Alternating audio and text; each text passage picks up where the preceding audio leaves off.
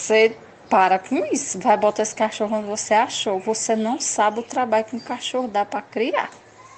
Ô, menino, isso vai dar uma. Ou tu não sabe a dor de cabeça que tu arrumou. Quando tu sair de férias, quem vai cuidar desse cachorro? Talvez o cachorro até de alguém. E outra, quando você for trabalhar, quem vai dar comida a esse cachorro? Tu não sabe por que tu tá caçando rápido. Eu tive de cabeça de cavalo. Pelo amor de Deus, vai levar esse cachorro e botar onde você achou.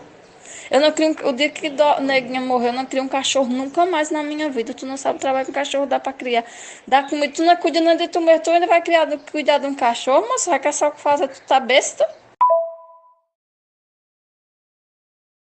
Não dá pena mesmo, mas olha a carinha do bichinho.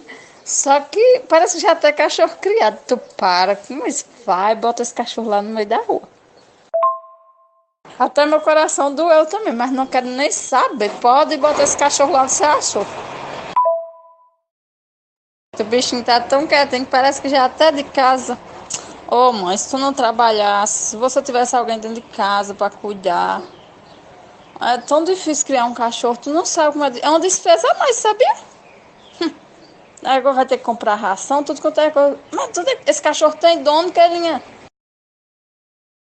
Manda esse cachorro, Kelinha. Esse cachorro já tem dono, mãe. Eu tô mandando esse cachorro. Vai botar esse cachorro lá fora é porque fugiu da casa. Para com isso. Cachorro velho. O bichinho é bonitinho. Parece que até da casa do jeito que tá à vontade. Coisa, cachorro tem doença, viu? Cuidado, daqui a pouco tá até doente. O dono botou na rua. De carência, você tá precisando de um namorado urgente. Tá mais carente do que o cachorro? Que é um cachorrinho pequenininho, um cachorro criado desse, tu parece que tá tola. Eu quero ver como é que tu vai botar esse cachorro lá fora mesmo. O cachorro tá até com uma doença de cachorro doido. Mas eu vou te contar, viu?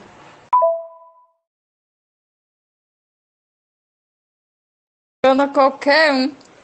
Até as fotos das paredes da casa, mas como é que tu vai uma palhaçada dessa comigo? Eu falo assim, minha filha ficou doida, eu tá carente.